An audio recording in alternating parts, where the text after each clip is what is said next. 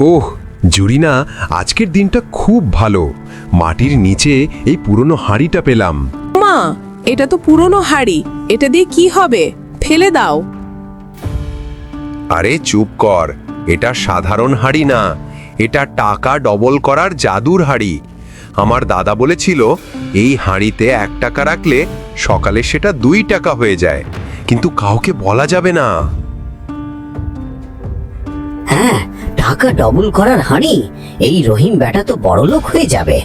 না, এই হাঁড়ি আমার চাই। রহিম ভাই, ও রহিম ভাই, কেমন আছো? আরে বটু ভাই যে, ভালোই আছি। তুমি হঠাৎ? শুনলাম তুমি নাকি খেতে গুপ্তধন পেয়েছো। পুলিশকে খবর দেব নাকি? না না ভাই, পুলিশ ডেকো না, সামান্য একটা মাটির হাঁড়ি পেয়েছি।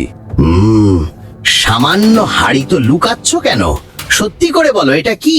নইলে আমি কিন্তু মোড়ল আর পুলিশ দুজনকেই ডাকবো। না ভাই, প্লিজ, ঠিক আছে বলছি, এটা জাদুর হাঁড়ি। টাকা রাখলে ডবল হয়, কিন্তু এটা কাজ করতে হলে একটা মন্ত্র পড়তে হয়। ভাই তুমি তো গরিব মানুষ, এত টাকা দিয়ে কি করবে? এক কাজ করো, হাঁড়িটা আমাকে দাও। বিনিময়ে আমি তোমাকে আমার পকেটে থাকা এই 5,000 টাকা দিয়ে দিচ্ছি, নগদ টাকা। না না, ওটা দিও না। চুপ করো, 5,000 টাকা অনেক টাকা। ঠিক আছে বটু ভাই, তুমি যখন জোর করছো নিয়ে যাও, কিন্তু সাবধান, মন্ত্রটা কিন্তু ঠিকঠাক পড়তে হবে। মন্ত্রটা কি? জলদি বলো। মন্ত্র হলো, হাড়ি আমার গোল গোল, টাকা হবে ডবল ঢোল, হুক্কা হুয়া হুক্কা হুয়া। এই বলে 3 বার লাফ দিতে হবে। আজ আমি বড় লোক হয়ে যাব। 5,000 টাকা রেখেই সকালে 10,000 টাকা পাবো। এবার মন্ত্র পড়ার পালা। হাড়ি আমার গোল গোল, টাকা হবে ডবল ঢোল, হুক্কা হুয়া হুক্কা হুয়া হুক্কা হুয়া হুক্কা হুয়া।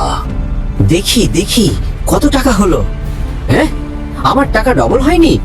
রহিম আমার সাথে ধোঁকাবাজি করেছে। ওই বেটা লুঙ্গি পরার শয়তান, আজ ওর বিচার হবে। কি হয়েছে বটু? তুমি নাকি রহিমের নামে নালিশ করেছো? হ্যাঁ মোড়ল চাচা, এই রহিম আমাকে ঠকিয়েছে। সে বলেছে এই হাঁড়িতে টাকা রাখলে ডবল হয়। আমি 5,000 টাকা দিয়ে হাঁড়ি কিনেছি, কিন্তু টাকা ডবল হয়নি। উল্টো সারা রাত হুক্কা হুয়া করে আমার গলা ব্যথা হয়ে গেছে। রহিম, ঘটনা কি? মোড়ল দাদু, আমি আর আমার বউ নিজেদের মধ্যে ইয়ার্কি করছিলাম যে এটা জাদুর হাঁড়ি। বটু ভাই হাঁড়ি পেতে সেটা শুনেছে, এরপর আমাকে ভয় দেখিয়ে জোর করে হাঁড়িটা কিনে নিল। আমি তো বেচতেই চাইনি।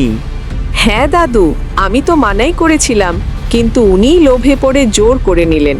এখন বলুন, কারো কথা শুনে যাচাই না করে লোভ করলে দোষ কার? বটু, তুমি হলে অতি লোভে তাঁতি নষ্ট এর জ্বলন্ত প্রমাণ। লোভে পড়ে বুদ্ধি হারিয়েছো, আবার সারা রাত হুক্কা হুয়া করেছো। কিন্তু আমার 5,000 টাকা? এই নাও তোমার টাকা।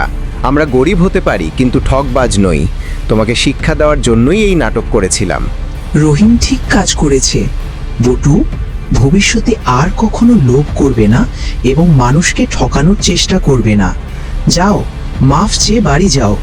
দেখলে তো বন্ধুরা, লোভে পাপ আর পাপে মৃত্যু না হলেও বটুর মতো মানসম্মান ঠিকই যায়। তাই কখনো লোভ করবে না। ভিডিওটি ভালো লাগলে লাইক করুন আর আমাদের সাথেই থাকুন।